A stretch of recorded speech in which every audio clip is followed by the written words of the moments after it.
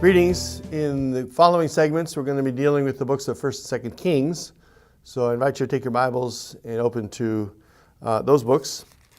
And also to pull out your outline of 1st and 2nd Kings in your documents. And you'll see in the outline that the book is primarily structured around the reigns of all these different kings and one queen in the process. As you mentioned in the segment on 1st and 2nd Samuel, these books, there's 47 chapters in the two books. They cover 400 years roughly. So there's much more formulaic discussion of the individual kings. Remember, if you have your king's chart, it might be helpful to pull that out as well. And they're in both Israel and Judah after the divided kingdom was established. Remember, Saul, David, and Solomon were the united kingdom, and Solomon's sin caused God to take the kingdom away from him, except for one tribe. And from then on, there's 20 monarchs in both Israel and Judah. So they're each given a relatively small amount of space. Some of the kings are given more space. Some of the good kings are Hezekiah, for example, 2 Kings 18 to 20, Josiah, 2 Kings 22 to 23. Ahab, on the other hand, one of the worst kings in Israel, is given quite a stretch of chapters, but he's not the main character in there. 1 Kings chapter 17 and following. The main character there would be Elijah, and then Elisha, the two prophets that are risen to confront.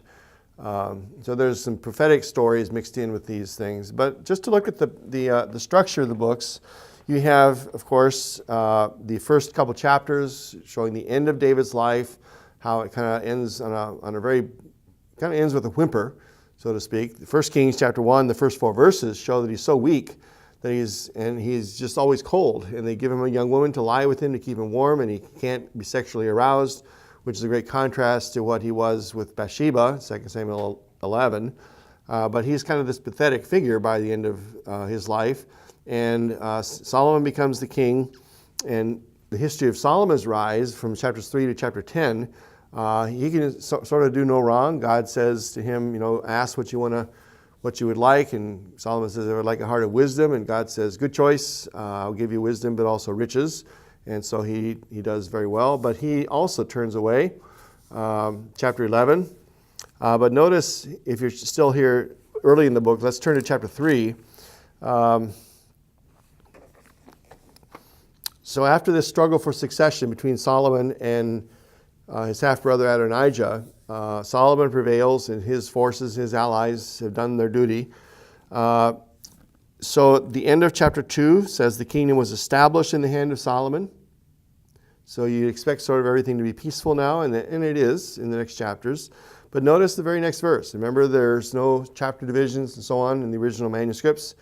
The very next verse says, chapter 3, verse 1, Solomon made a marriage alliance with Pharaoh, king of Egypt. He took Pharaoh's daughter and brought her into the city of David until he had finished building his own house, etc. Now remember, the charter for kingship back in Deuteronomy 17 says specifically that the Israelite king is not to marry many women and foreign women and so on, and yet here's what Solomon has done. So now turn to 1 Kings 11. Solomon is on the rise through the chapters 3 to 10. He builds the great temple for the Lord and prays a great prayer of dedication, chapter 8.